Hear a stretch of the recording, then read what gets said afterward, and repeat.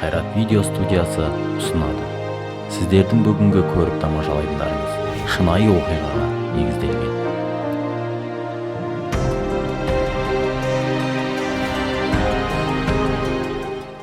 Ұлыбайта қазақ жерінде 2000 жылдық тарихы бар таразымыздың төрінде бірлігі мен ынтымағы жарасқан отбасында дүбірлі той қуаныштан естелік.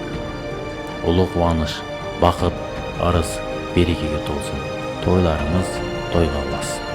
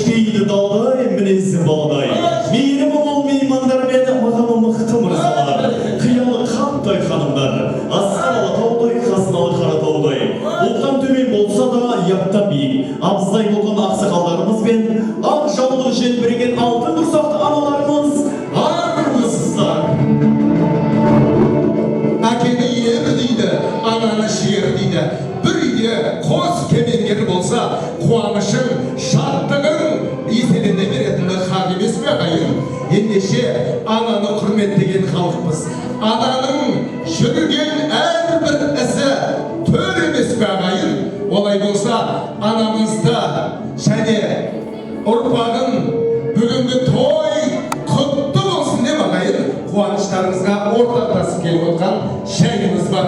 Олай болса ағайын, орнымыздан тұрып, көңілімізді бұрап, құшағымызды ашып, шашуымызды шашып, бүгінгі мерейтой иесі Тілеугүл анамызды жан жарымен, Шапан ағамызбенен ортаға шақырайық ағайын, қарсы салыңыздар.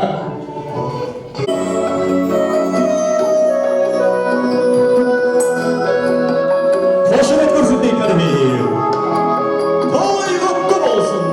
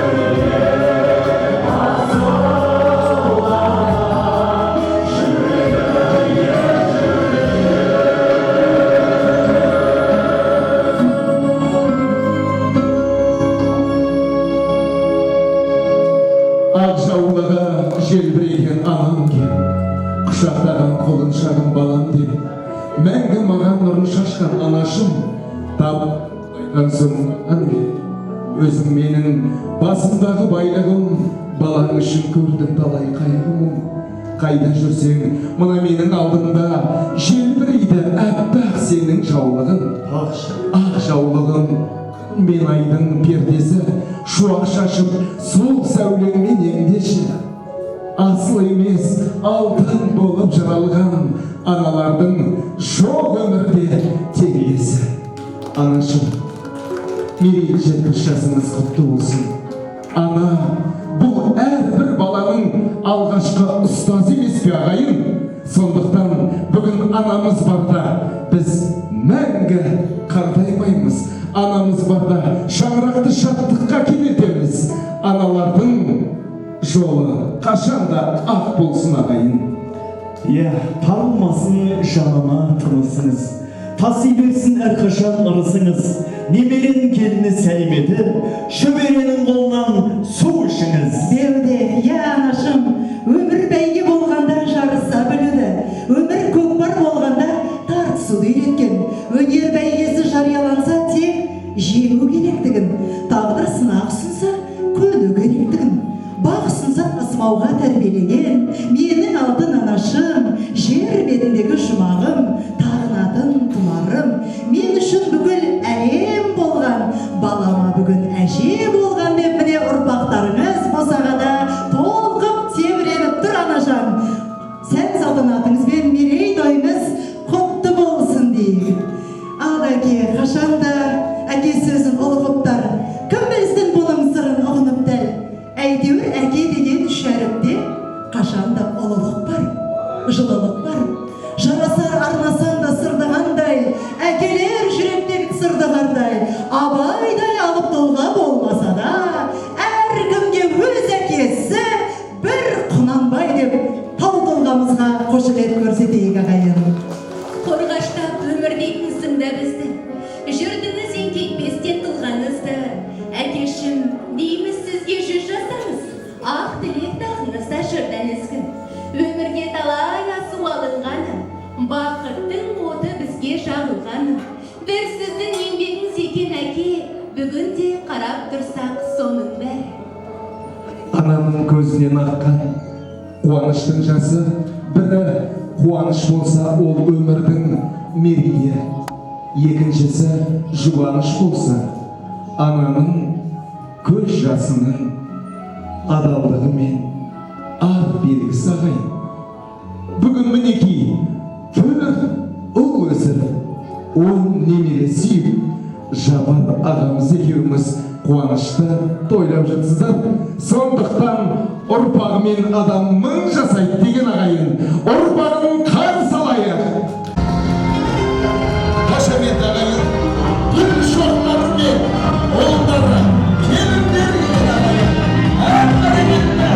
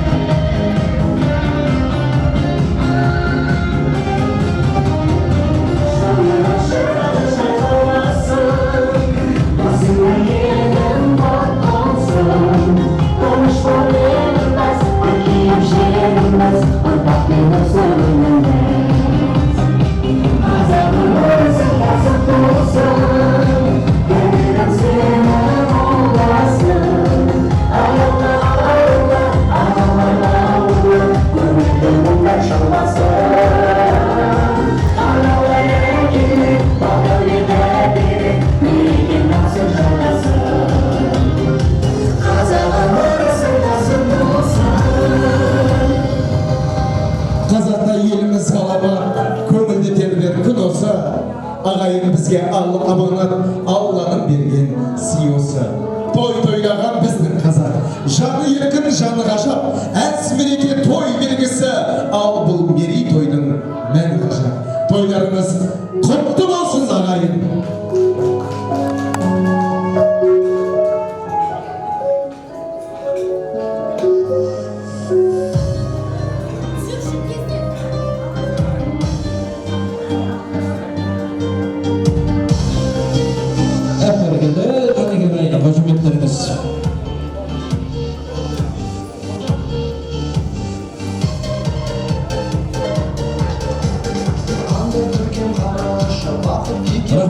Тараздың маңайда бүткіл өнерпаздарына бір қошеметтеріміз болсын мінекей.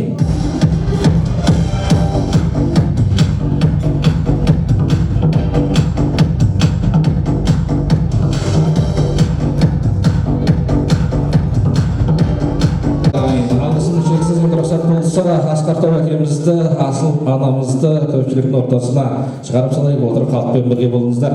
Ал ағайын.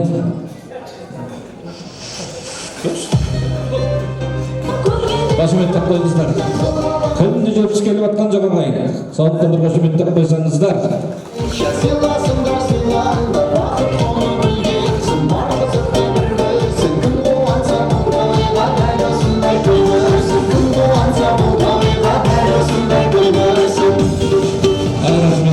Алғысымыз шексіз, сіздерге деген дән ризалық. Енді Тараздың маңайында біткен тарландары келіп әдемі өнерлермен танытып өтіп жатыр ағайындар. Бүгін өзіміз айтып атқанындай, қадірлі бейілді, жақындар, құдалар, сырлас, мұңдас, ағайын, жолдас жекжаттар, нағашы бөле ағайындарға асыл анамыздың 70 жасын бір болып тойлайық деген ниет болды ағайын. Сондықтан бүгінде осы отырыста тек қана өзіміздің ерке форматтағы жағдай ағайын. Дәулет істемейтін халықпыз ағайын. Сондықтан бабалар салған ізбенен осы қойбақсыз деген ата тарих шежіресі секілді аталарға ортамызда көз көрген. О аталар, тастаңыздар қиындықтың сызып бәрін, ержеттік бізгешегі бұзықтарын, атады айыптарға оратылғанын ұлы той жасап жатыр қыздар. Ағаттық еркелікті кеттімізден бүгін үстік аулақ болған жан сөзден. Алғанекей, вән қария, ортаға келдіз, халық болып, ел болып, батастайсыздар.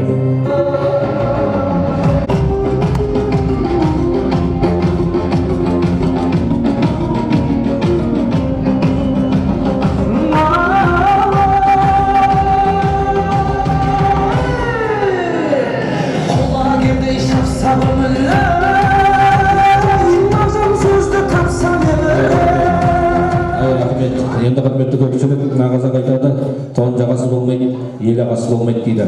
Оян қариямыздың ақ тілегінен ақ ниеті, ақ алғамды білген ақ батасына мақыл. Саят айналайын, қария дегенге ауыз кетті ешкесесін. Рахмет айналайын. Ал енді бата берген атырген, күйеукілдің бір жағы қайынсы болам, бір жағы жезесі болам. Енді бата берейін. Жарқа балалар пендесін ошақтан оттан сөнбесін, ешқашанда бастарыңа қара бұлт төнбесін. Қайнасын күнде қазандарын, тірліктің көрмеңдер азабын, жарқа барқашанда бақытты болсын қазағым. Дастархандарыңа құт жайласын, дастархандарыңа құт жайласын. Иә, не ұмытып қалдым мен? Ошақта, дастарханға құт жайласын, бақтарында бұлбұл сайласын. Қырықтың бір қыдыр боп, бастарына бақ дәулет аялмасын. Әмин қария, қабыл болсын. Енді мінекей өзімізге аспаңыз алтынмен апталған, күміспен күптелген шабанымыз бір. Енді дәл осылай той бастап шабанды болыңыз, жамбыл той жасап сақал болыңыз.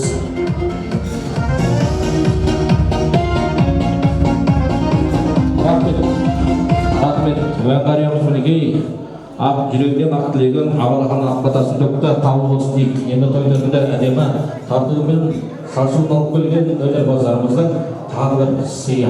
Қабылыңыздар ағайын.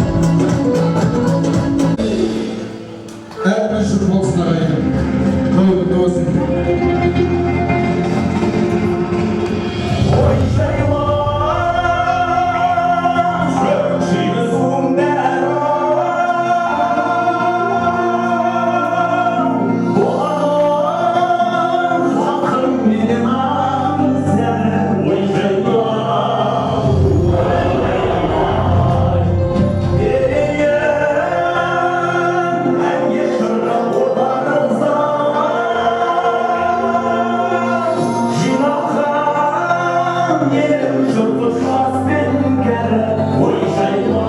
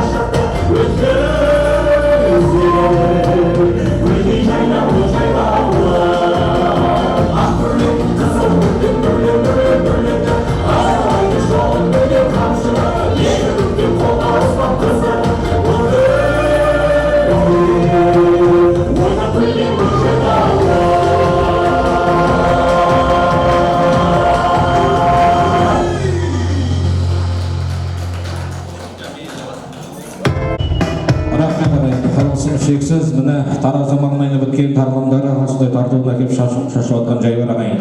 Енді ағайын рұқсат болса бүгінгі тойдың ағайын харамы жоқ, алайда адалы көп. Бүгінгі тойдың ағайын шарабы жоқ, алайда сауабы көп. Бүгінгі той ағайын анамыздың 70 жасын халал той деп беріп жатқан жайымыз бар. Яғни бүгінгі қазақ не дейді? 70 дейді. Міне анамыздың 235-дің белін буып, 70-дің жатасына желген келген қуанышын ағайынның басын қосып құрмет көрсетейік деген ниет болды ағайын. Сондықтан бұйыртып жатса, халал дегенде қайтып кетіп жүрмеңіздер, тойдың соңына дейін болыңыздар ағайын. Береке татым деп көріңіздер, енді рұқсат болып жатса, дана қазақ айтады, аттан жығылсақ та салттан жығылмақ жоқ ағайын. Алдыңғы тілек алқалы топтан болған. Сондықтан бүгінгі тойымыздың тұлпардың тұсауын, сұңқардың томағасын сыпырып беру ағайынға бұйырған жайы бар. Қай жерде болса да ағайын халқының өзінің үлгінің ізі бар ағайын. Біле білсеңіздер, дана қазақ айтады ағайын, бақыт деген не ол дейді? Бақыт деген біле білсең дейді, жоғары қарасаң әкеңнің қабағында дейді, төмен қарасаң анаңның табанында дейді, алға қарай қарасаң әйеліңнің жанарында дейді, артқа қарай қарасаң балаңның қадамында дейді. Ал ең бастысы бақыт деген осындай ағайынның амандығында дейді ағайын. Сондықтан осындай амандықта жүздесіп жатқанымызға Аллаға мыңда бір шүкір етеміз.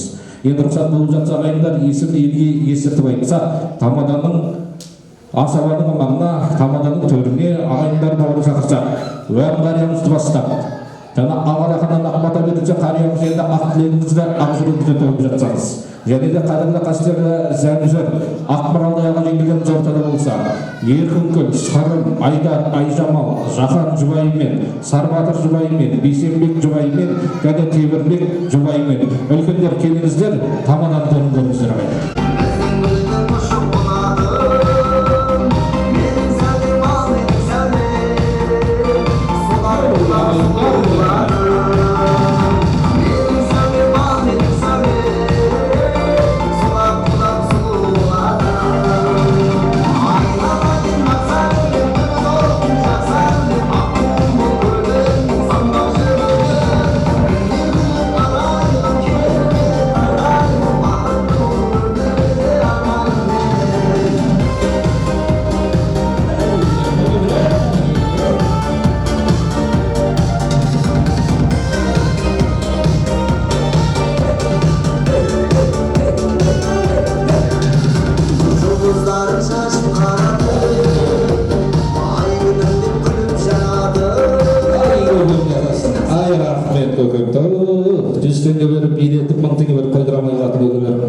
Жасай беріңіздер қариялар, аман болыңыздар.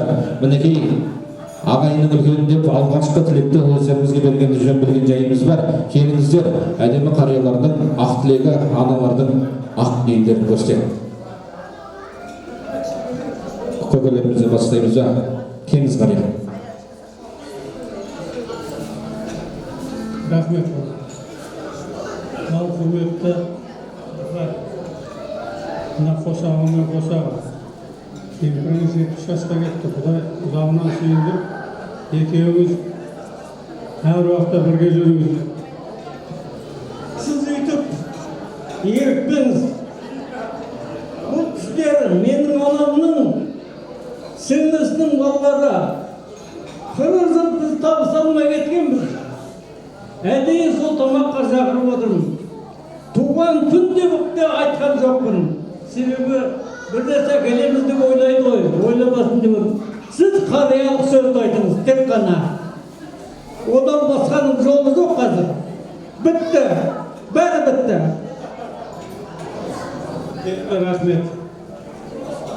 Алайын, мына ол қыздары сіздерге жақсы мамаларына той жасап беріп жатыр.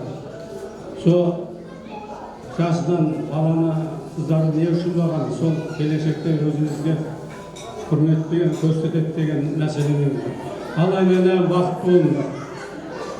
Аз-маз енді саған өкпеміз бар.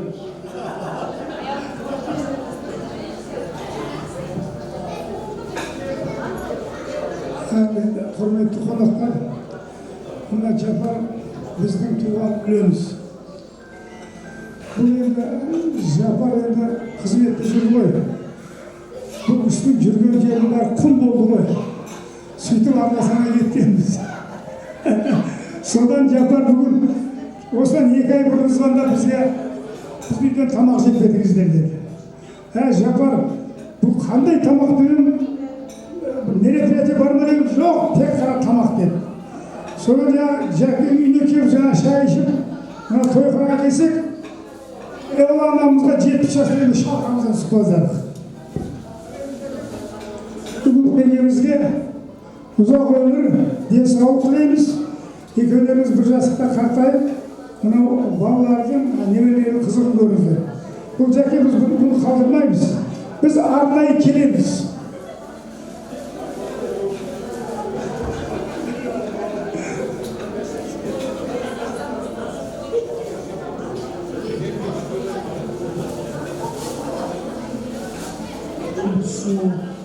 Құрметті ағайындар, бүгінгі тойдың түсінген адамға өте үлкен той. Мен Жапарменен 30 жыл бірге қызмет жасадым. Енді ол 30-дың үстінде тағы 5-6 жыл бар. Енді оның бәрін айтып жеткізіп, оның бәрі тарих түсінген адамға. Айналайындар, біздің құда отыр, менің білім отыр біреуде. Мынау 8 ішкендер, олай қой айналайындар. Бұның барлығы өмірде той деген үлкен нәрсе. Жаңағы айтып отырғандарымыздың бәрі орынды, айналайындар. Мынау бүгінгі тойдың жабеге, Жапар сізге деген құрмет үлкен нәрсе. Үйімізде талай бірге болдық. Мойынқұмда талай бірге болдық. Мойынқұмда, сол мойынқұмда жаңағы құмның арасында таппай қалдық деп отырған сөздің мағынасында үлкен мән жатыр. Ол шындық. Андасай дейтін үлкен заказник болды. 1 миллион гектар жер. Сол жерде бастық болды, директор болды. Бастық болғанда директор Антасай государственный заказникке. Мен бұл кісімен бірге қызмет жасадым. Енді бүгінгі той енді айналайын. Бұл бауыр деген нәрсе шындығында. Бауырлығымыз шындық қанша бір-біріміздің үйімізде, төрімізде қанша бір-бірімізге деген құрмет, оның бәрін ұмыту, оның бәрі болуы мүмкін емес. Сондықтан ағайындар, мына тойларыңыз той болсын, үлкен ырыс болсын, берекелі жер болсын. Біздің Тараз шындығында үлкен ел, үлкен жер. Сондықтан мен, конечно, Мойынқұм туралы көп нәрсені айтуға болады. Жақсылық көп болсын, тойларыңыздың жақсы той болсын. Жауап бер.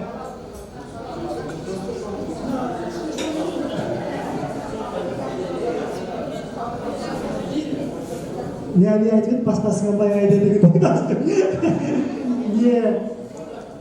Ana Mo'yinqumdan Sho'rda Xudoga kempirimiz qayda desa kempir demish, kenchak deyishdi.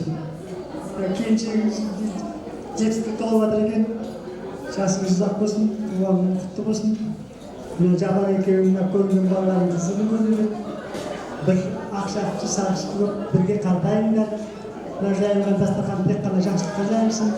Аспанымыз ашық болсын, нанымыз көп болсын. Тұрай халыққа тыныштық берсін. Тойдан тойға жете берейік. Сөйлеңіз енді. Құрметті Жапар аға, Тілеугүл жеңеше, бүгінгі қуаныштарыңыз құтты болсын. Жастарыңыз ұзақ, дендеріңіз сау болсын. Құдайға шүкір, іні сіңілдерімді көріп, тіл көзден аман болсын. Бауырларымды көріп, кәдімгідей мерейіміз үстем болып жатыр. Солармен танысып жатырмыз. Тек қана жақсылық той болсын. Ақ жеңешем 100 жасаңыз, әппақ бол.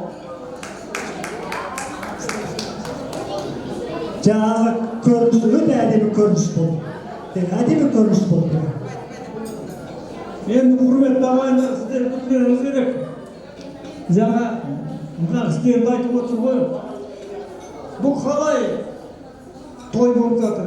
Бұл Жапар қайда деп. Мен бұдан бір жыл уақыт бұрын мен құладым, енді тұралым. Содан тірі қалдым, содан айттым. Сен мен тұрғанда кедерімді істеп қалдың. Мен тұрғанда сен өзіңе кедерімді істеп қалдың. Менің көзім кеткеннен балдар істейме, істемеме оны құлай біледі. Өйткені заман қу, заман шум, заман өтірікші, бірін-бірі алдап, арбап, күн көріп жатқан заман. Біз осымен келдік, осымен кетеміз деп шақырған соқтан. Рахмет келгендеріңізге, барлықтарыңызға. Кім біледі, 80-ге келгенде кім болады? Мен жеке сізді бұдан 50 жыл бұрын көрдім. Мақсаттың Тілашар тойында көрдім. Содан кейін Жайсаңның 70-ге толғанда көрдім. Содан кейін кісінің астында көрдім. Содан кейін кәс көріп тұрдым. Енді амандық болса, келе береміз, келе береміз.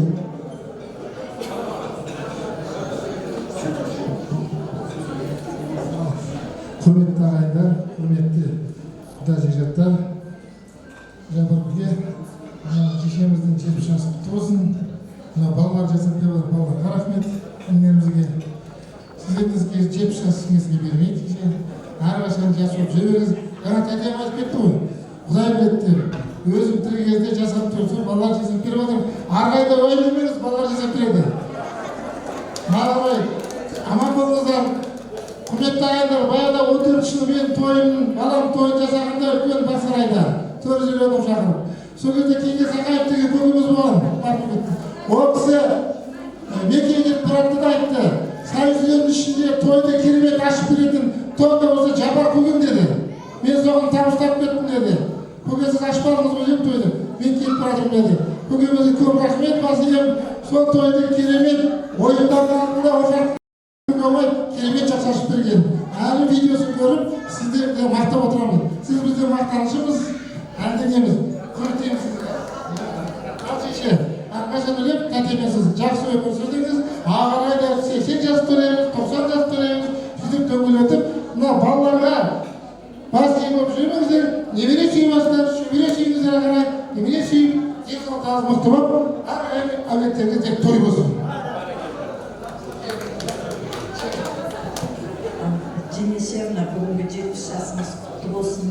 барлық жақсы тілектердің бәрі қабыл болсын.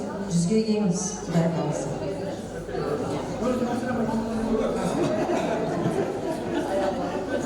Жапар көке, ассалаумағалейкум. Тұрғанда жүше туған құтты болсын. Бәрі көпе арқасында. Көке жан болсын, әсіресе біздің сәйрет мемлекетінің белді де бетке ұстар азаматымыз. Осы кісінің арқасында тарихтың астында шығарып қалып кеткен талай ұлы тұлғаларды тапқа шығарды бұл кісі. Сол үшін мың алғыс айтамыз. Жамбыл облысында төменгі таластың бойында Жыдан деген ауыл бар. Сол ауылдың сәулесіміз. Мына ауыл мемлекет танысында. Мына көке тарихтың астында қалып кеткен бірге бабаларымызды жарыққа шығарып, үлкен еңбек еттіңіз. Сол кісілердің әрі қолдасын жеңіше сізге де рахмет. Үйде де, біздің тойда да әрқашан төрде отырасыздар. Әлі талай тойларыңызды атқарып, талай тойда басқаса алтын той болсын, балалардың тойы болсын. Сіздермен береміз.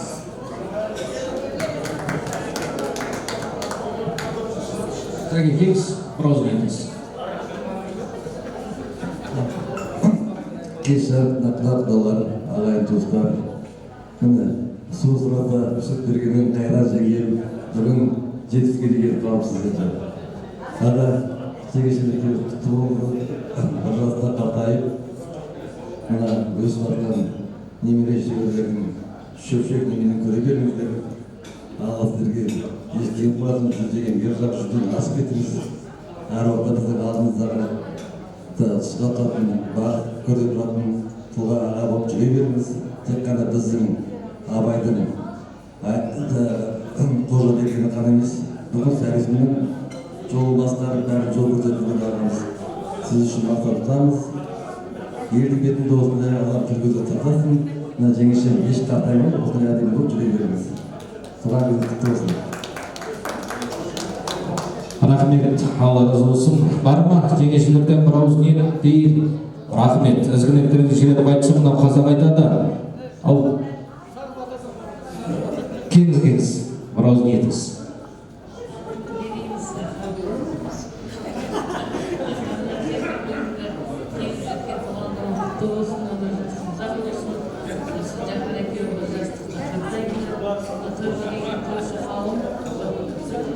Әрдайым осындай тойға келді сахнаға жақсылыққа жинала берсін. Рахмет, Алла разы болсын. Енді қазақ айтады, 6 күн періште ақ тілекке ашық болса, 7-ші күн есігі ашық болады десек. Кім біледі бүгін 7-ші күн тұспа тұс келіп тұрған шығар. Сондықтан айтқан тілектеріңіз, ниеттеріңіз қабыл болсын. Мәншкен деген жерде сурет деген есте қалады дейді.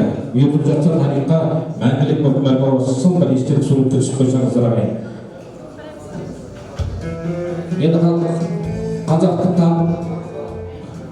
табыр даналығы жақсы елдің ағайындары ақ тілек айтқаннан билеп отырады дейді. Нашаралары бір-бірін сүйреп отырады дейді. Нашар болмасын, біздерді сый болсын, бір әдемі ортада би болсын. Билеп отырсаңыздар ағайын.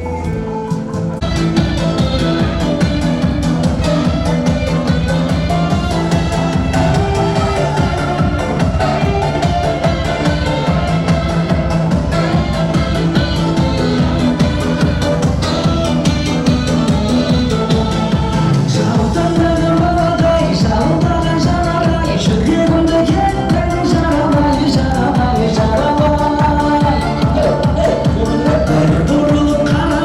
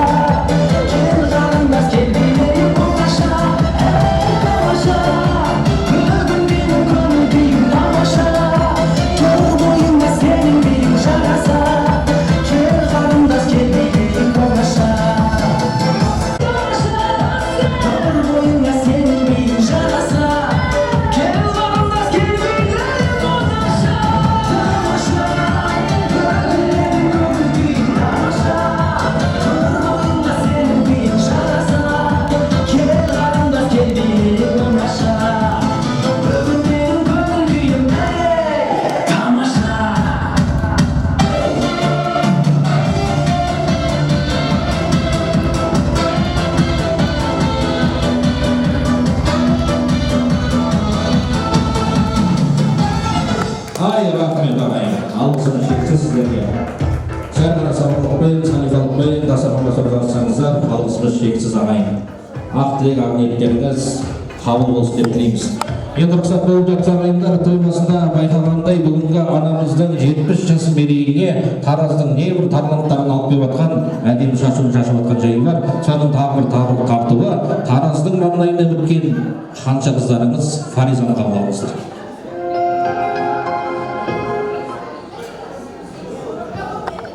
Той сүйген халық осындай той баршаңызға жұмысты болсын.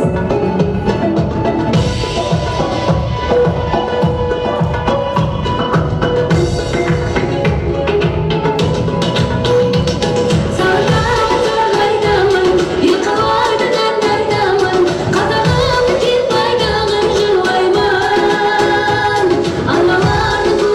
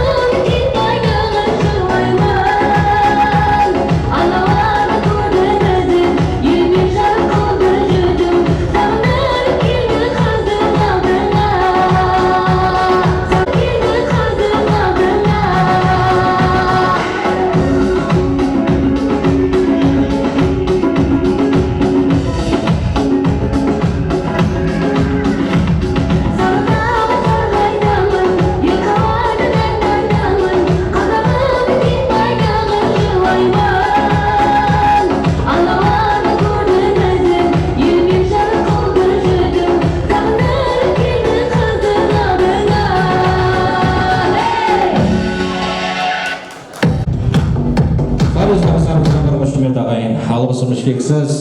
Енді рұқсат болып жатса ағайындар, жалпы әрбір туылған күн адам баласына өзіне есеп беретін кез ғой. Артымда қалған ізім ұрпағым деген. Ал мынау 70 жасқа жеткен де бар, жетпеген де бар, көрген де бар, көрмеген де бар, білген де бар, қадірін білмеген де бар ағайын. Бүгін 70 жас деп атқанымыз жалпы анамыздың мерейінен бөлек өз алдына есеп той ағайын беріп жатқан. Сондықтан осы жерде отырған ағаларымыз, отырған жеңгелеріміз, бауырларымыз, туыстарымыз, барлықтарыңызға тек қана Алланың нұры жаусын деп тілейміз. Енді рұқсат болып жатса, адам баласы шыр етіп дүниеге келгеннен кейін мына пешенесіне жазылады екен ғой, тағдыры. Ал енді асыл анамыз,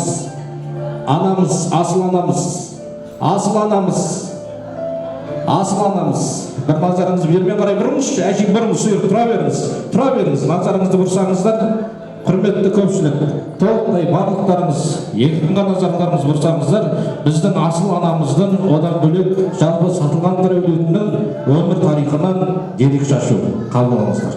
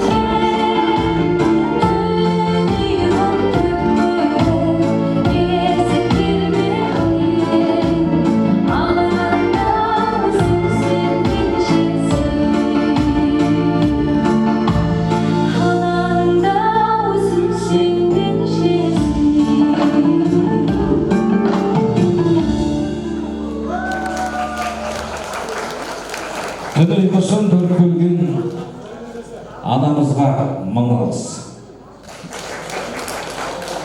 Жасаңыз анасы, мынау айтады, жиып алып қасына күлімерін пайғамбардың хадисында ұрандайды, қай кезде болса да анаңды сыйла деген. Сондықтан мәңгілік сый өзіңізге, Асқар Тау ағамыз екеуіңіз ғасырлар жасаңыз деп тілейміз.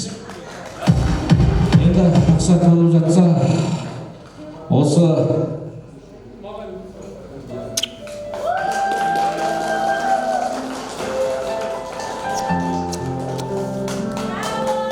басқалар қозған қалмай ма? Бәрі қарап қалды ғой, камераға түсіп қалды. Рахмет, көрдіңіздер ғой, кім жақсы көретін, байқап қалдыңыздар, Ал енді рұқсат болып жатса ағайындар, анамның жасасын деген ниетпен үміт мейрамханасының үлкен тағбыр тартуы асымыз нәсіп келе жатыр, қабыл алыңыздар.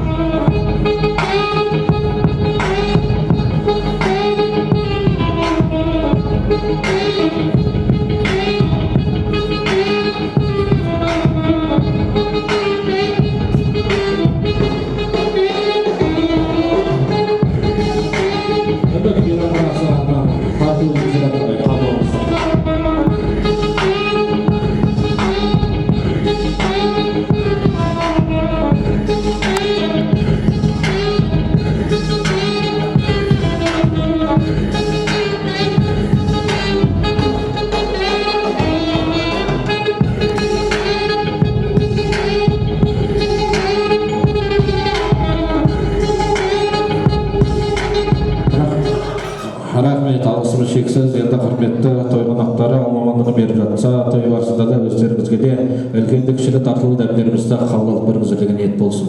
Жалпы енді біле білсеңіздер, құрметті ағайын, қазақ айтады, 10 жас балың балалы жас дейді, 20 есікті жина деген жас екен, 30 орда бұз дейді, 40 әлі қыз бен жігіт деген жас, 50 жақсы мен жаманды бөлу, үйдегі тізгінді әйелге беру деген жас екен ағайын. 60 тал түс дейді, 70 жетіп түс деген жас екен, 80 тағы бір тоқалға жетсем деген арманды болатын жас екен ағайын, 90 тағы бір тапсам деп апалар армандайды екен ағайын, 100 жас ауызда атым, қағазда хатым, ұрпағым артымнан ерген із деген жас екен ағайын. 100 жасаңыздар құрметті той қонақтар.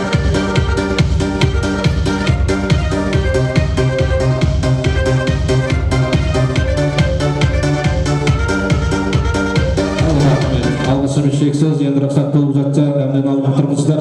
Бізде де ағайын рұқсат болып жатса, әдемі тағы бір тілегімді ағытып отырса, құдағиылды қуанышқа ағайын, құдаларға дастарханда сыйлайын, ақ дастархан қазағымның дәм-тұзы ақ ниетпен жайылатын әрдайым, құда келсе құйрық бауыр асылар, қара қазан, жамбас баспен тасылар, қорадағы соңғы малда сойылып, ақ ниетпен ақ шапанда жабылар. Ұрпағын жалғай білген туа бидің айналдық пейілінен құда мен құдағиым деген халықпыз ағайын. Мына құда келсе, құдасын құдайындай сыйлаған халықпыз. Бүгін торымызде құтты құдаларымыз отыр ағайын. Қанекей есім елге естіртіп, ортаға шақырып рұқсат күтіңіздер. Көп болсын мақтайдай, үлкен бұлағыларынан жұмастаған. Бақыт, Шарипа, Қанай, Сәуір, Ойбай, Қайната, Сәуле, Раушан, Айман, Мырзахан, Ләззат, Сидрахман, Перизат, Гүлзаттай, қанекей құда-құдағылар ортаға үйреттіңіздер.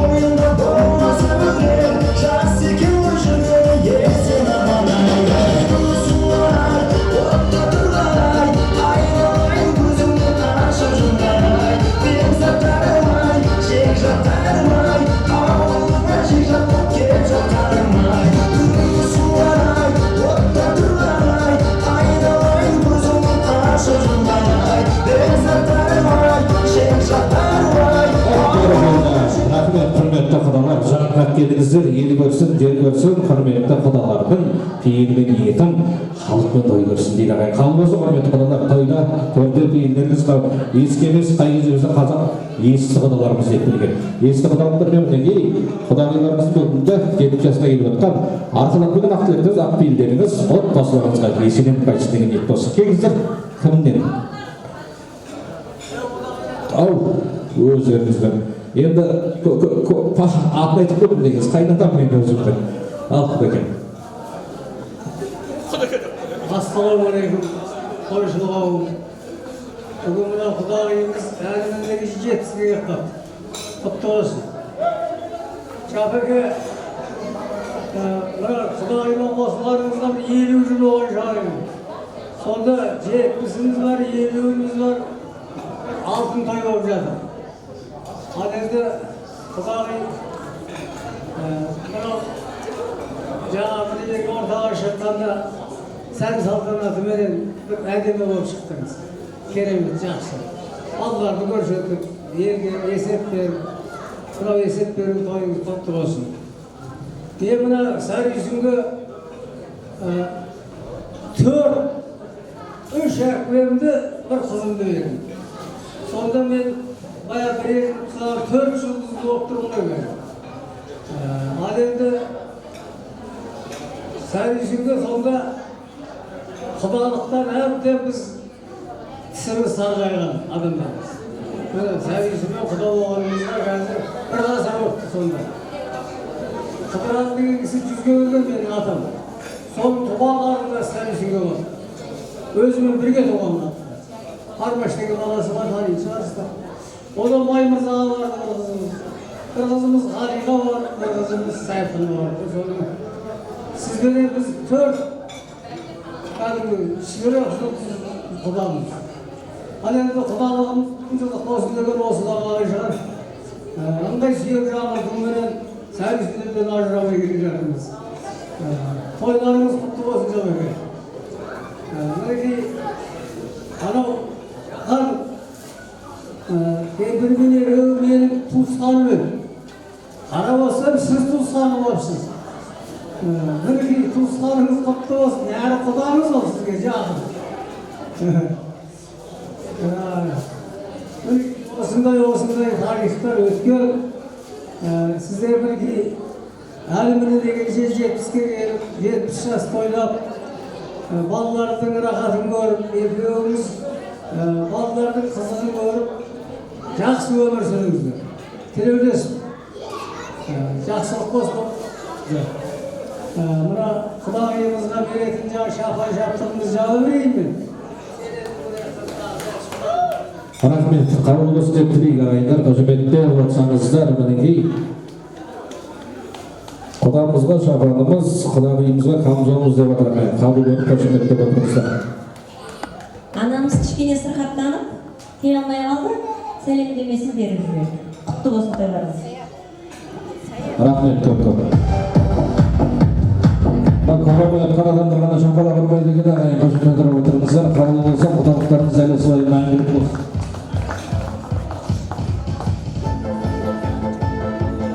Рахмет. Ал интизам құрметті құдалар, ниеттеріңіз.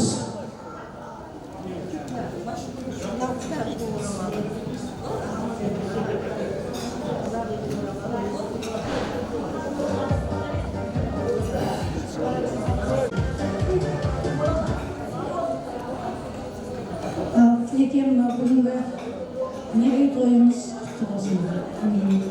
Мына Құдекеңмен екеуіміз бала-шағаның бәрін жеткізіп, бәрін орындарына қойғызып, көңіліңізді демдеп, енді өз тойыңызды жасап жатсыз.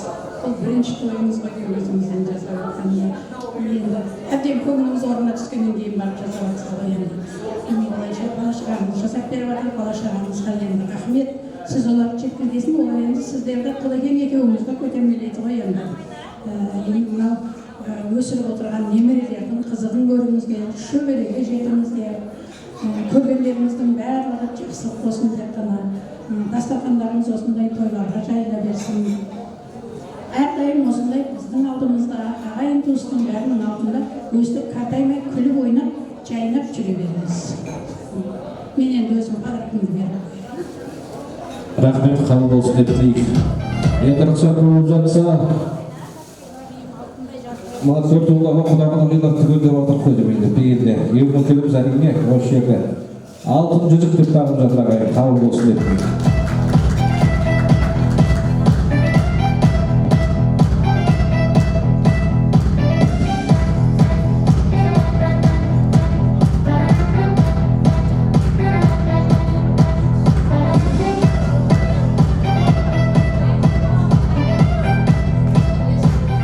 Рахмет, қабыл болсын. Енді осы жерде ағалар рұқсат беріп жатыр ау негізі. Енді бір кейде алтында өзіміздің үйдегі Саян жеңгеміздің анасы құдағи Сәуле ағамызға әдемі тілек білсек.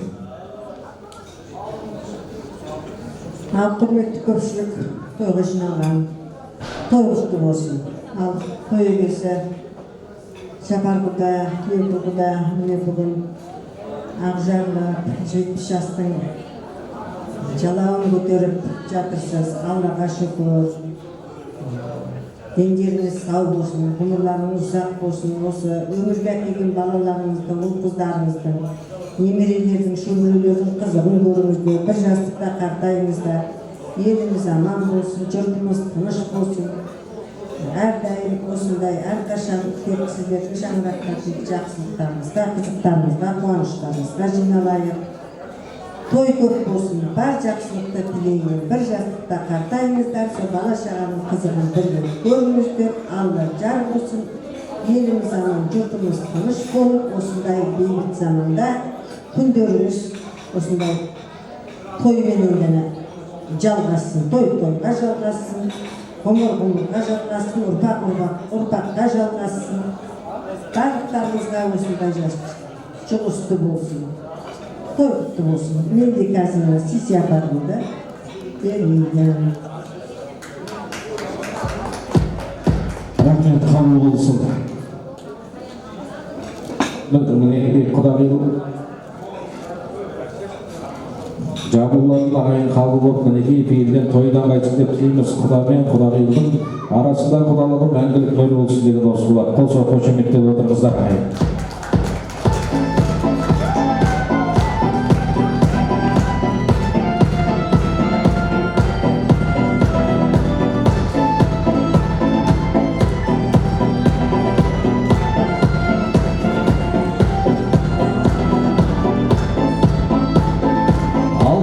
Жүзік тағып жатыр ағайын, қабыл болсын.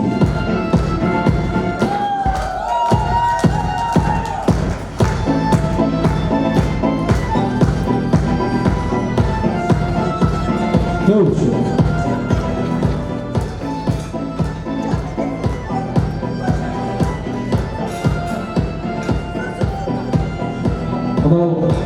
Мамамызға қарап қойыңыздар. Камзол киіп алтын таққан сайын жасап барады. 60-ға кеп қалды. Ендігі әппәрегенде қабыл болсын, тойдан қайтсын дейік. Енді рұқсат болып жатса, өзіміздің Айдай сұлу Айжандай жеңгеміз бар. Айжан жеңгеміздің анасы Раушан құдағи сонау Қарағандыдан арнайы келіп жатыр ағайын. Қабыл болсын, өзіңізде тілейміз.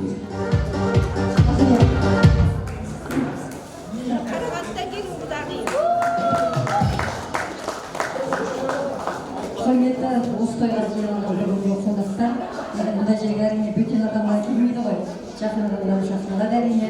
Сондықтан барлықтарыңызға қуаныштарыңыз құтты болсын, тойларыңыз құтты болсын дегім келеді. Иә, құдағи, бүгінгі туған күніңіз құтты болсын, денсаулығыңыз мықты болсын. Мінекей ұлдарыңыз, әрине артында келіндеріңіз бар, солардың арқасында мінекей сізге осындай үлкен той жасап беріп жатыр. Рахмет оларға. Алла разы болсын. Мен айтамын енді, тек қана жақсылық тілеймін. Осы ұлдарыңыздың, немерелеріңіздің ортасында отырғансы екеуіңіз шапқылап ауырмай сырқамай аман-есен жүре беріңіздер, тек қызықтарын көріңіздер. Құтты болсын 70 жасыңыз, 80-нің сеңгірінен алсаңыз, 100-ден өтіп, 100-ге аяқ басыңыз не болды. Өзімнің сізге де сияпаты бар еді, соны беруге рұқсат етіңіз. Әппәрегенде қошеметтеп отырыңыздар ағайында. Қабыл болсын дейік, әйге. Қошеметтеп отырыңыздар, қошеметтеп отырыңыздар.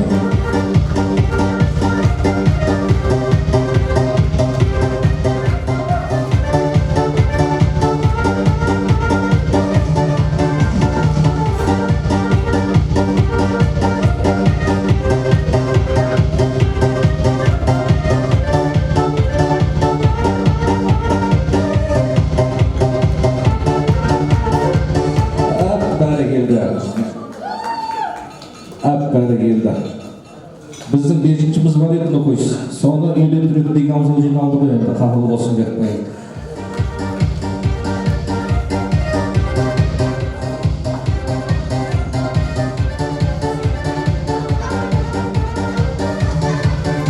Бұқысы маған не үшін дейді, бұның бәрі сіздің арқаңызда ғой, сіздің еңбегіңіз, сізде туған ұрпақтарыңыздың арқасында. Ең басты әрине ол сіздің арқаңызда, сіздің еңбегіңіз. Сондықтан тойыңыз құтты болсын. Құда күйеуіңіз күні бойына ауырмай, сырқамай, шарқалап жүре беріңіздер. Немерелеріңіздің қызығын көріңіздер, шөбере сүйеңіздер. Тек қана жақсылық тілеймін сіздерге. Той-тойға аласыз. Рахмет, алғысым шексіз. Енді осы жерде құрметті құдағилар, құрметті ағалар, сіздерден кешірім сұраймын. Өйткені өзім инатамнан бастап алдым да, сол қалған бауырларымды түгендеп алайын дедім осы жерден бір кейіннен. Әрине сіздерді қай жерде болса да төр құрметті құдағилар, келіңіздер, әдемі тілеулеріңізге. Ал бүгін Кеукіл, сіздің тойыңыз, сіздің мейрамыңыз бүгін 70-ге толып жатыр. Құтты болсын тойыңыз, той-тойға аласа берсін. Енді сізге ұзақ өмір тілеймін, денсаулығыңыз мықты болсын. Ұл қыздарыңыздың бәрін үйлендіріп біттіңіз, немере шөберелердің тойын көріңіз. Соның төрінде Жапекең екеуіміз төрдің сәні болып, сондай қызықтарға тоймай тойдың жаны болып отыра беріңіздер. Әрқашанда жақсылық болсын, той болсын үйлеріңізде. Сол құтты болсын той. Мен де сыйым бар.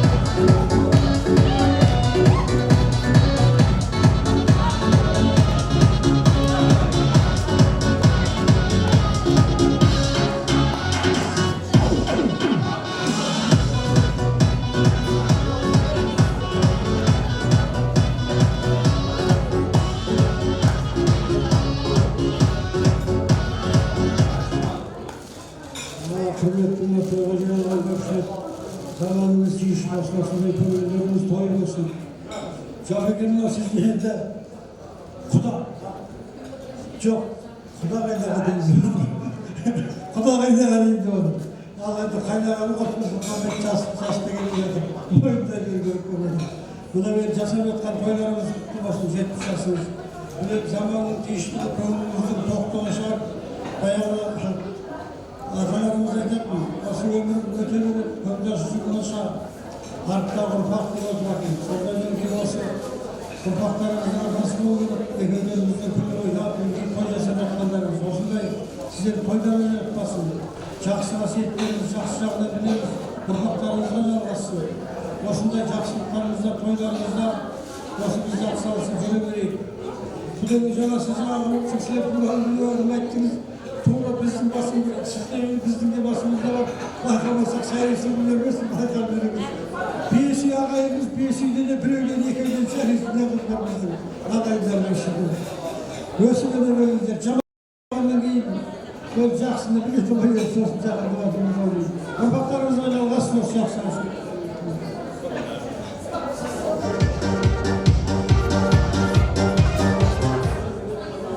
Құдағи жақсыңыз құтты болсын деп жасыңыз. Денсаулық тілеймін, бала шағаның қызығын көріңіз. Әрқашанда осы туыс құда-құдайлар бір дастарханда бас қосып жүре беріңіздер. Көзімде екі аптадан жетпей ме? Құрдас құдағи құтты болсын, ел уақытлар жасасын. Кеңізі құда-құдағилар, бір ауыз ниеттеріңіз. Қосыламыз ба? Құдеке, білем ағам. Өкпініз жоқ па, қосыламыз ба? Енді рұқсат болып жатса бір ортаға шақырып келіп отыр. Бұл құдағидан бөлек, құдағиды ортаға шақырып отыр қой. Құдағидан бөлек менің әкпем негізі. Мына қанаттыға ақтырмай, тұмсықтыға шоқтырмай, жарым бұртты жара жеп, бұты-бұртты бөліп отырған қазіргі журналистика саласындағы бас екем мен оған. Бір көзі көтеріп қойыңыздар, ең бастысы жанатпен менің, кеңіз әкпен көзіңізден. Еш құрметті тойға жиналған қауым, мынау бүгінгі үлкен залда ағайынның басын қосқан бұл енді әпкет ағайын ерекше той енді. Бала шағаны өсіріп, әке шеше деген үйлендіріп, былайша айтқанда пейнет кешкеннен кейін тура осындай салиқалы жасқа келгенде жасайтын той. Сондықтан сіз екеуіңізге үлкен денсаулық тілеймін. Адамның басты байлығы дүниеде қызметте емес қой, денсаулық. Осылай деніңіз сау болып, құда-құдағиыңыздың арасында күн бойына жүре беріңіз. Ездері Саятхан бойдақ кезінде айтатын, білмеймін әпке осы ойықтыңыздарын алғым келеді деп. Сол әумин деді ма, бір шетінен менің қайынсіңлім Саятханның келіншек Назарбез. Туысқанымыз, оның үстіне ағамыз Мойынқұмда, мен Мойынқұмның қызымын. Сондықтан сіздің барлық жағынан жеңгелігіңіз де бар. Ақай, сіз екеуіңіз бірін-біріңізді асылды сыныңыздай сақтап, ұзақ ғұмыр кешіңіздер. Той қалмасын, деніңіз сау болсын, аман есен жүре берейік. Жақсы күндерде жолығайық, жақсы күн болсын. Рахмет сізге. Рахмет Айман әпке. Енді ұстазы әлғарабиді айтқан ғой, ұстаздың көлеңкесі басу күнә деп. Айман әпкеміз одан бөлек 40 жыл ғұмырын ұстаздыққа арнаған жан. Сондықтан ағарту саласында өзіндік орны, өзіндік сөзі бар. Мыңда бір алғыс. Енді құрметті құдағалар, енді өкпен жоқ па? Көке құдағай жоқ па? Онда келіңіздер бір естелікке. Ал. Ападыр шын кет.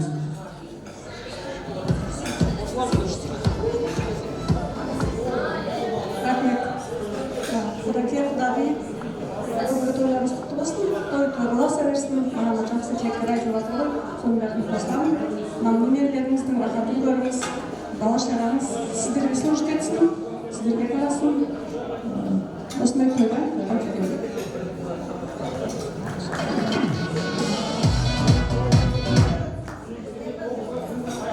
Ақылға құрсай, алтынға марғатты бриллиант тағайын. Бүгінгі 70 жас мерейтойыңыз құтты болсын. Сізге ұзақ ғұмыр тілеймін. Бала шағаның Құдекең екеуміз тек қана жақсылығын көріңіздер. Үйлеріңізде әрқашан той болсын. Осындай бүгінгідей алтындай жарқырап аман есен жүре беріңіз. Рахмет, қабыл болсын. Құдағайлар, бір ауыз айтамыз ба, қосыламыз ба? Құдағай дейміз. Айналайын 6-шы кешен 70-ке толып кеткен үлкен той жасап жатсыз. Қазір адам ұрпағын бұл жасайын деген екен, бүгін ұрпақты жаңағы айтпақшыдай бәрі өсіп өндіріп алдыдан қойып, өзіңіз келіп, той жасыңыз ұзақ болсын, көкірмеге өмір жасықты қартайыңыздар. Алланың назарында болыңыздар. Үйлеріңізді той көбейсін, осы тұрған сіздердің сол қуаныштарыңызды бөлісіп, бірге қуанып жүрейік. Аман есен болыңыздар. Рахмет, халқы шексіз кеңіс бір ауыз. Алладан қайтсын енді ақ тілектеріңіз, ақ пейілдеріңіз, дәулеттеріңізде жыл сайын осындай тойдың 5-еу болсын, шілдехананың 7-еу болсын, сол өсіріп 9 болсын. Тек қана береке шаттық құдалықтарыңыз мәңгілік болсын деп тілейміз. Енді бір естелік суретке түсіп қоямыздар, келіңіздер ортада. Бір тарихқа мәңгілік таңбаланған тойдың 70 жылдық бір бәрі болсын, келіңіздер ортаға келіп бір естелік суретке түсіп қоямыздар. Енді құрметті құдағайлар, біздерде сіздерге сыйымыз бар, ол керемет биіміз бар. Және бір емес, 3 биіміз бар ағайын. Келіңіздер, ортаға билеп отырыңыздар, тойларыңыз тойласып өтсін. Ей, бірінші құдалар бейі болсын ағайын.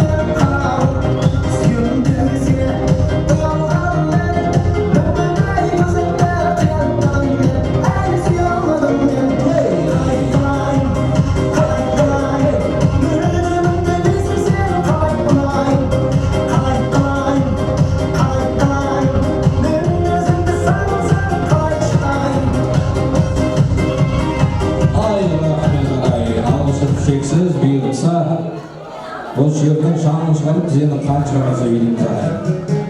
Жасағыма сонда қасаңыздар, қазір береміз. Алайда, сәл сабыр өтсін. Қазақтың әдебі қорқымен малда ортаға қалмақ.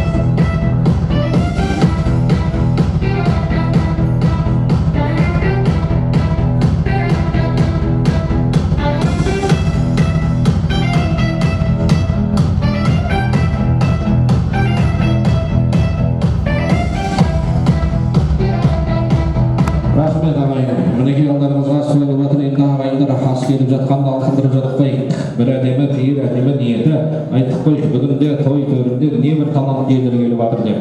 Бір жағынан өзіміздің құтты да құдамыз, екінші жағынан тараздың маңдайын емес, жамбыл облысына өзінің даңқымен дақпырты жеткен. Тамададан тарнаны, асабалардың асылы, өзінің құдам, ерекеңнің әдемін жақсы бар, қабылдамаса.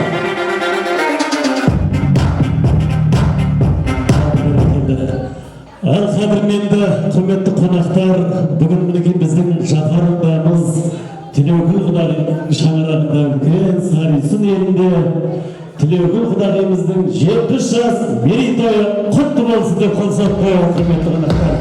Бүгін мінекей алып анадан туады деп біздің мінекей менің ең кенже бажам Самат әсел балдызым бүгін мына осында барлық үлкен әулет, сатылған тұр әулеті тойларыңыз құтты болсын. Алып анадан туады деп керемет мына анамызға той жасап беріп жатқан құрметті қонақтар, ендеше мен құдағиымды ортаға шақырайын.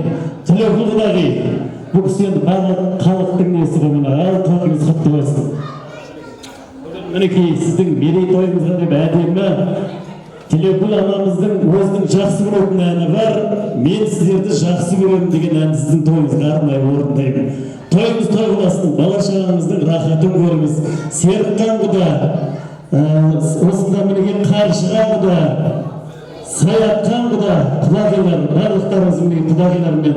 Мына бүгінгі біздің анамыздың мерейтойы құтты болсын. Тойыңыз той болсын апа, мінекей мерекеңіз, берекеңіз арта берсін.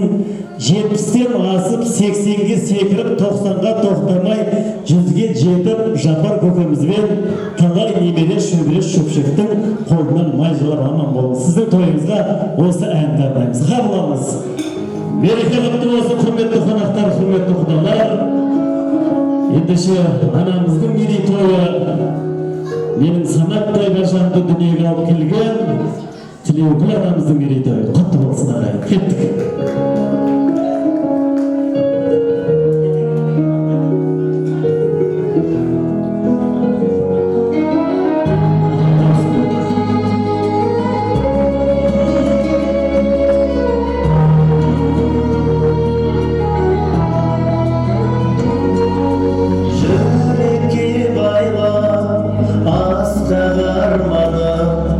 Жасаған елге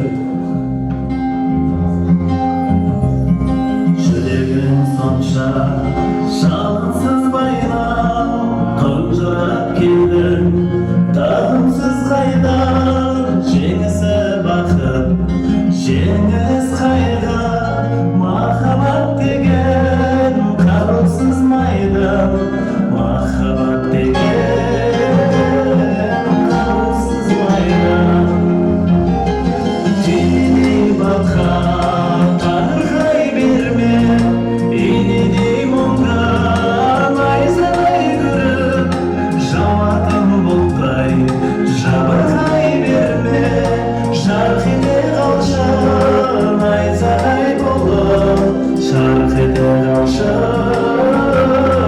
найзадай болып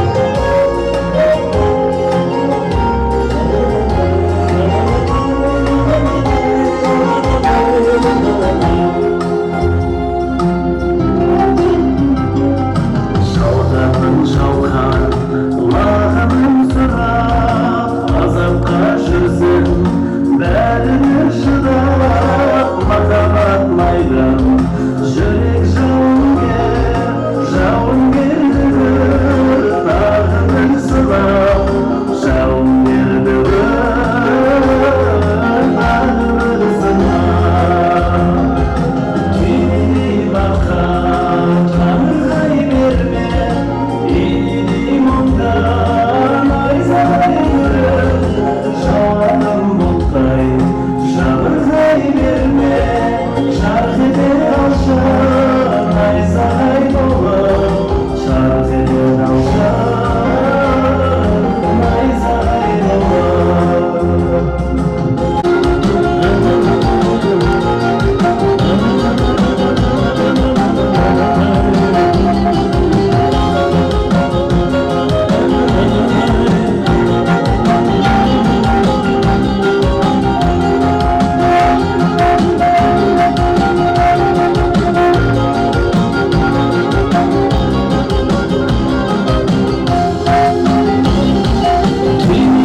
баққа тарқай берме инедей мұңда найзадай күріп жауатын бұлттай жабырқай берме жарқ ете қалшы найзадай болып жарқ ете қалшы найзадай болып. Рахмет. Ерлан бір қошемет орындарыңызға мыңда бір рахмет. Ал енді құрметті көпшілік, дастархан басына жайғассаңыздар, мынау қазақ айтады, текті бөлтірік тегін ағар болып дейді, тексіз бөлтірік тегін таппай құрайды дейді ағайын. Байқап тұрсаңыздар, ақ патшасы арыстанның өзі бөлтірігін ізінен адастырып алады екен, ал бөрі бөлтірігін адастырмайды екен. Қазір той басында байқасаңыздар, әкемізді микрофонды алып тос беріп кетіп жатыр ағайын. Бізге де тамадалық сол әкемізден дарыған қасиет. Енді рұқсат болып жатса, осы жерде тағы бір әке жолын қуған ұлдарымыз бар, бауырдың тамадты ортаға шақырайық ағайын.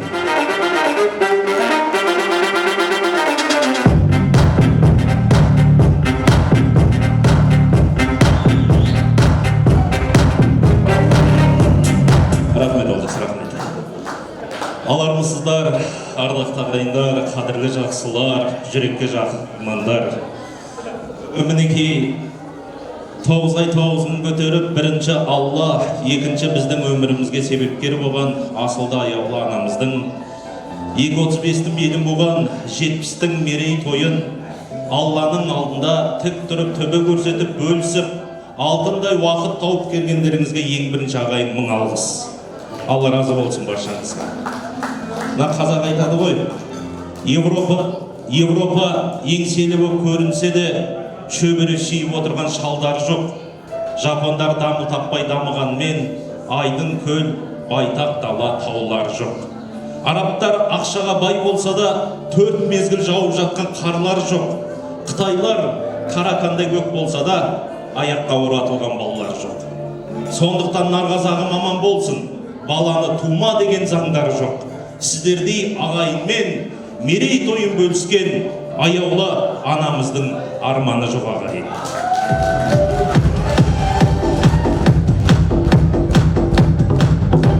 Құрметті меймандар, бүгінгі керемет кеште алысына ат жіберіп, жақынына хат жіберіп, даладай дастархан жайып, бар жылы жұмсағын тосып, сіздердің көңілдеріңіз табуға тырыстық. Той болғаннан кейін кетістік болады, қатты қате болып атса сөге көрмеңіздер. Бүгінгі даладай дастархан баладай пейіл өздеріңізге арналады. 70 жасқа келгенде келмегенде бар, дегенмен осындай керемет той өздеріңізге де жұғысты, әулеттеріңізге жұғымды болсын деген келеді. Қай жерде болса да білесіздер, перзенттің 7 рет Меккеге арқалап апарса да анасының алдында борышын өтей алмас. Дегенмен қамшының сабындай қысқа фәниде осы аяулы анамызбен Асқарта уәлімізге қызмет жасаудан шаршаған емеспіз. Қазіргі сәт сіздердің куәгерліктеріңізбен рұқсат болса, Асқарта әкем мен аяулы анамның асықтай ұлдары, қылықтай келін қыздарының атынан бір шашу құрметіміз бар еді. Соны ағайын алдындай уақытты сұрап, сіздердің құрметті қошеметтеріңізбен бауырларымды ортаға шақырып, анам мен әкеме құрмет көрсетсек деп едік. Рұқсат болса. Бауырларым ортаға кірсе.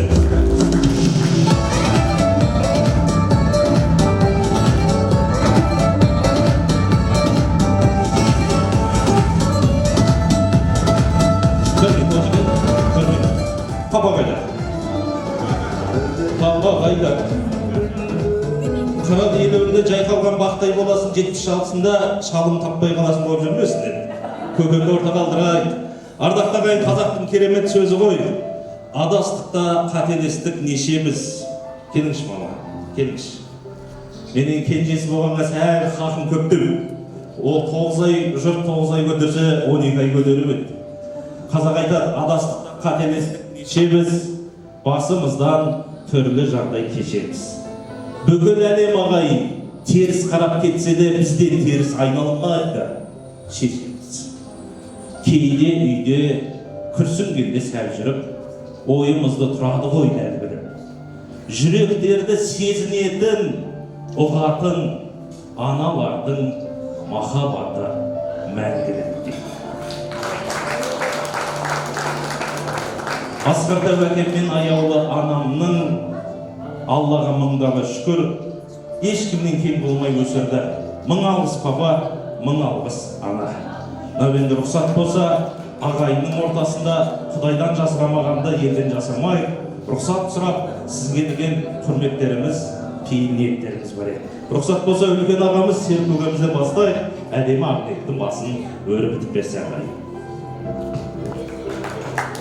Ал құрметті қалайық, біріншіден мынау барлықтарыңызға шын жүректен үлкен алғыс білдіремін. Бүгін асылда уақыттарыңыз бөліп, менің анашымның қуанышын бөлісуге бірлеріңіз сол Алматыдан, бірлеріңіз Чудан келіп жатқан ағашыларымдар, Астанадан келіп жатқан кісілер бар мына жерде. Сіздерге 1000 алғыс басымнан, көп рахмет. Ал құрметті анашым, бүгін дүниеге шыретіп келіп жатқан күніңіз, жасыңыз 70-ке келді деп ешкім айтпайды бұл кісіні. Біздің көршілеріміз бар қасымызда, 70-те кемпірлер, ол кісілер жүре алмайды даже енді. Әрең жүреді. А біздің мамаша Құдайға шүкір әйтеуір 70 болмаса да 45-50-ге адам ұқсап әрең болып жүре береді. Құрметті анашым, әке, мынау бүгінгі мерейтойларыңыз, құрмет, мына кісілерден келіп жатқан халайықтың мына орта тағам бөлісіп, мына қуанышты бөлісіп жатқан ізгі ниеттің бәрі бүгін сіздер үшін. Жасыңызға жас қосылсын, басыңызға міне немерелеріңіз қосылып, бас қосылып жатыр. Үбірлі, шүбірлі болып жатсыздар. Алла қаласа шөбере сүйіңіздер. Құдай оны да алыстырмас. Өйткені міне өмір деген қандай уақыт келіп, немерелері алды 20 жасқа келіп жатыр. Құдай қаласа шөберелі болыңыз, бастарыңыз аман болсын, екеуіңіз бір жастықта қартайып, өмір бақи Алла тағалам сіздерге денсаулық пен ұзақ өмір, тек қана қуаныш, жүздеріңізден күлкі кетпейтін шуақ күндерді бере берсін. Амин. Рахмет сіздерге.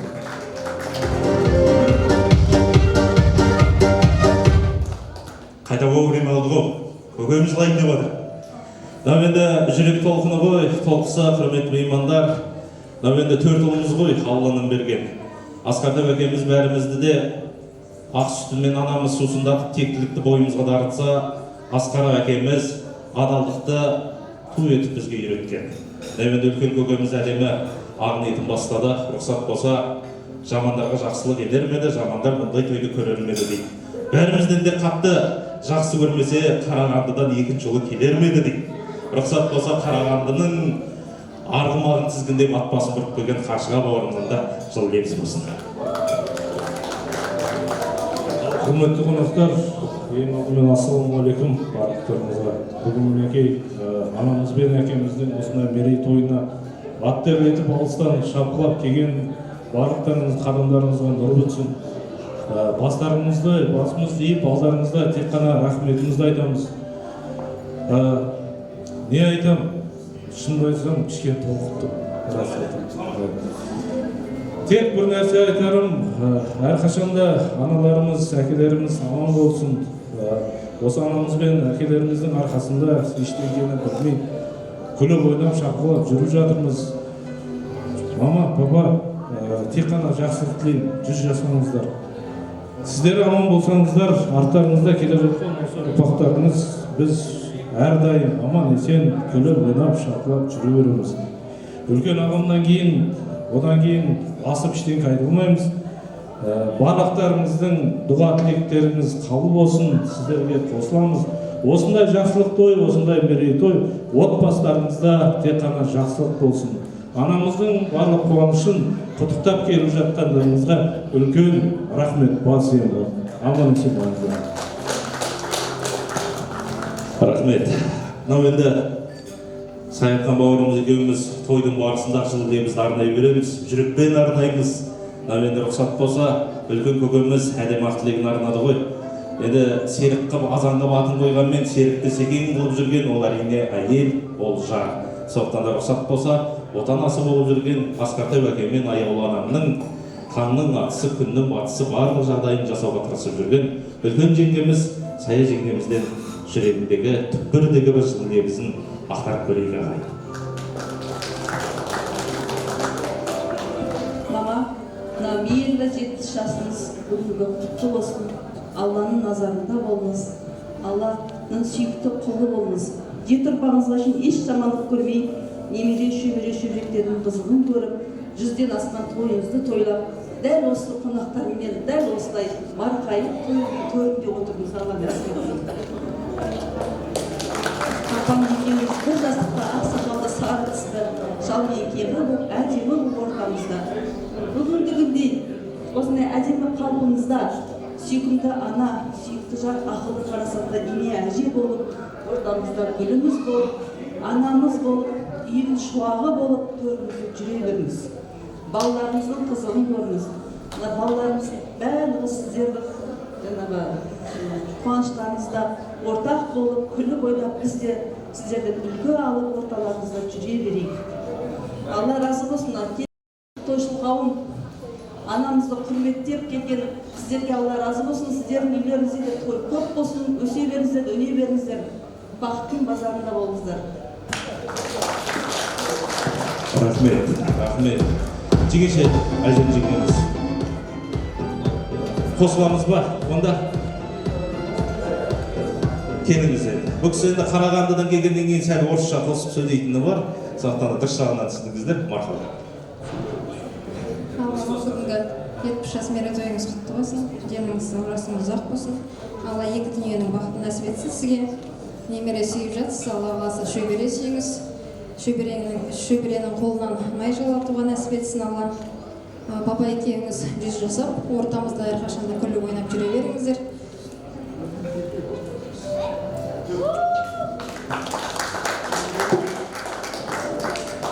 Нен жылауық қой тегіміздікілер, а?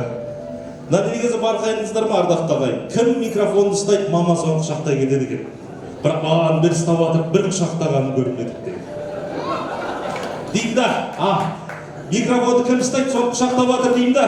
Соны ұстап тұрып, что-то әлі құшақтамайды деймін да. Құрметті меймандар, әрине көңіл ғой, той қуаныш болғаннан кейін әзілмен аралас. Рұқсат болса, Сәке, сіз тілек айтпасаңыз да, сый-сияпаттың көңілін өздеріңізден бастап атып беріңіздер. Ал құрметті халайық, мынау енді бағанадан бері сіздің тілектеріңіз айтылып жатыр. Мынау біздің өзіміздің отбасымыздың бауырлардың атынан өзіміздің анамызға, әкемізге деген сый құрметіміз бар еді. Соны табыстауға рұқсат етіңіздер. Ал енді Асқартай әкемізге және аяулы анамызға бір тек әзір анау семейный шапан дейді ғой, модный болып жатқан. Әкемізді деңіздер.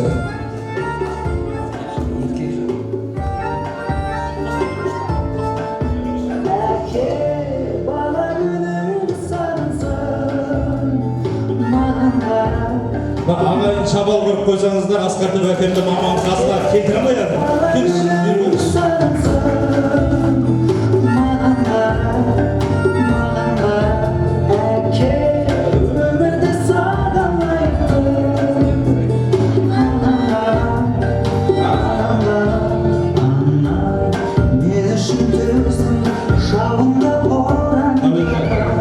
Бәріміздің тілегіміз бір бөлек, бірақ еді алғашқы немере өздерінің ұлы Нұр Мүбәрактың тілегін естігісі келіп тұр атасы. Рұқсат болса, Нұргүл өзіңе. Біздің кіші баламыз өте қалдырмаған деген бір сөз шыққан. Олай ма? Шынымен кіші. Келесі жылы үйленеді. Сол кезде түгел тойға шақырамыз. Солай ма? Солай.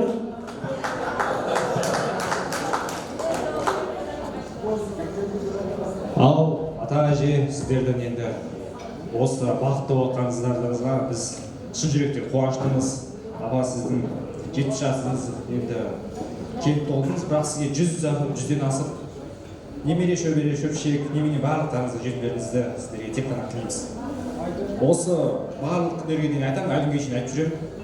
Мен үлкендердің арасында кішісімін, кішілердің арасында үлкенімін деп. Осы сіздердің бар болғандарыңызға рахмет. Біз сіздерді жақсы көреміз, және де сіздерге тек қана амандық, денсаулық, саулық, және де зор, ұзақ бақыт тілейміз.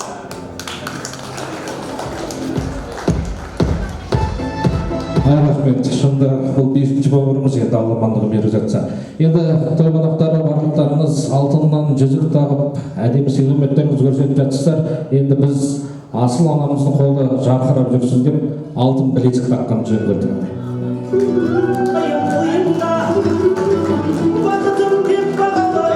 Жарысында алтындай жарқырап жүрміз анасы. Анажан ойнап күлшек тойыңда, болмасын қайғы ойым ойыңда. Бақытым деп бағалай, сен қуанып қаладай, ерекше сый жасайын тойыңда. Бақытым деп бағалай, сен қуанып қаладай, ерекше сый жасайын тойыңда.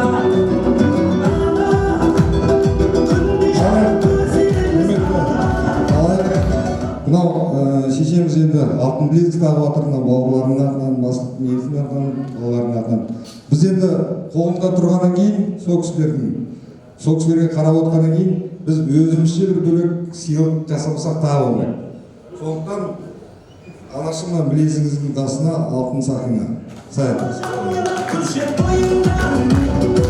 Болмасын қайғы ойым ойыңда, бақытым деп бағалай, сен қуанып қаладай, ерекше сый жасайын. Қошемет ағайын, шардақты ағайын, сіз біздің сыйластықтарыңыз қақылмасын, көңіліңіз мама осы алтындай, қауқардай болып жарқылдасын дегім келеді. Нәмен ардақты ағайын, ата мен анаға қанша құрмет көрсетсек те артық болмай, анамның Аллаға шүкір 5 парызы түгел, оразасы түгел, 5 уақыт намазы түгел.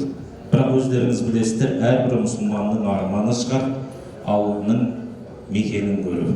Сол себепті бүгінгі жұлдызды сәт себебі болған шығар. Рұқсат болса, Асқартай әкемізбен аяулы анамызға бірінші Алла, екінші халықтың алдында Алланың үйіне үлкен сапарға, қазылыққа, сертификат алады.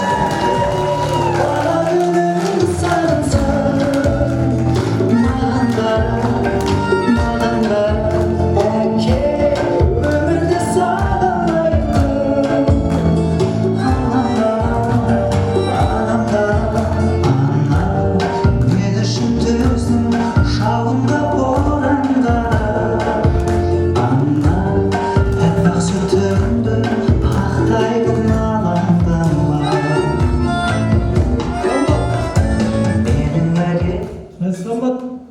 Сенікі дұрыс па? Ал менің қатысым жоқ па? Солай ма? Менде түк жоқ па? Бұл біреуге екі адамға қойса қасында екі адам бар. Жоқ, ардақты ағай, енді көкем сәл қалыптасып қойған ғой, қажылық екі адамға. Асқар Тәу әкеміз бен асыл ардақты анамызға бір қошемет тұрсаңыздар, ардақты ағай. Папа, мама, ағайынның бәрі бақыт тілеп жатсыздар ғой. Құдай тейілдеріңізге берсін. Бақытты көп адам әр нәрседен іздейді, бірақ шын дуайтында бақыт деген қайда, қай жерде. Мама, бақытты білсеңіз, төменнен іздесен, анаңның табанында ғайып. Жоғарыдан іздесен, әкеңнің қабағында. Алдыңнан іздесен, жарыңның жанарында, артыңнан іздесен, балаңның қадамында. Ал айналаңнан іздесен, мама, осындай ағайын туыстың аманында дейді. Құрметті ағайындар, үйдегі әке-шеше бар. Әрдайым әке-шенің мерейі қасқындасын, құрметте өміріңнің бас тұлғасын. Жарыңның жанарында жас тұрмасын, балаңның қадамын Аллах тағала қисықтап бастырмасын. Туыстан суыт хабар кеп, ешқашан ешкімді де састырмасын. Бәрінен де ағайын, жердің астында емес, аспанның астындасын. Барымызды бағалайық, Асқар тауымызды құрметтейік. Ғасыр жасаңыздар, аман болыңыздар. Папа, мама, тек біз сіздерге шексіз рахмет айтамыз. Ана мен әке жасасын. Енді құрметті меймандар, қырығына шыдағанда бір соңғы түйін жүгі ауыр демеңіздер. Әдемі бір тұздығы болсын, атасы мен апасының екі гүлі бар. Осы Ханшайым мен Асылымның ата әжесіне деген ән шашу құрметі бар еді. Рұқсат болса, екі балапанның ән шашуын мама папа қабыл алыңыздар. Қошеметтеріңізбен ардақты ағайындар.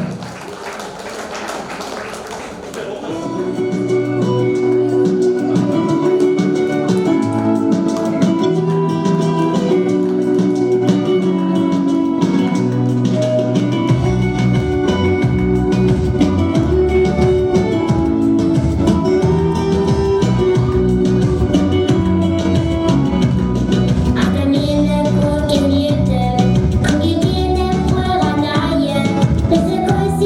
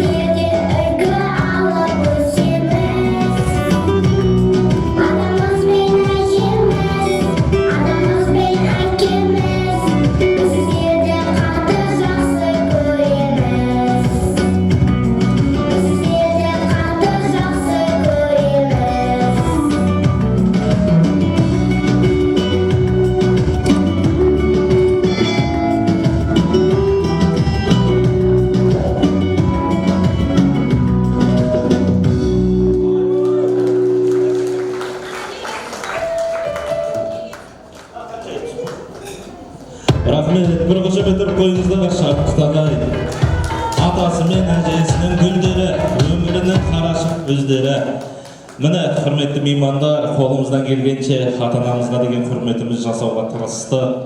Әуенде тойдың білесіздер, ішкен жегенмен бір көңіл болса, ақ тілек әрине жүректен орын алатын хақ дүние ғой. Соны себепті рұқсат болса, қазір келесі әдемі ақ тілектің кезегін осы тойдың құтты орнына қонып, төрден орын алған бір топ бөлелерімізді ортаға алдырайын ағайын. Нағашы бөлелерді шақырмастан бұрын рұқсат болса, үлкен ағамыз Серіккөке, келіңізші. Саят әте келіңізші, үлкендеріміз сіздер ғой, келіңіздерші.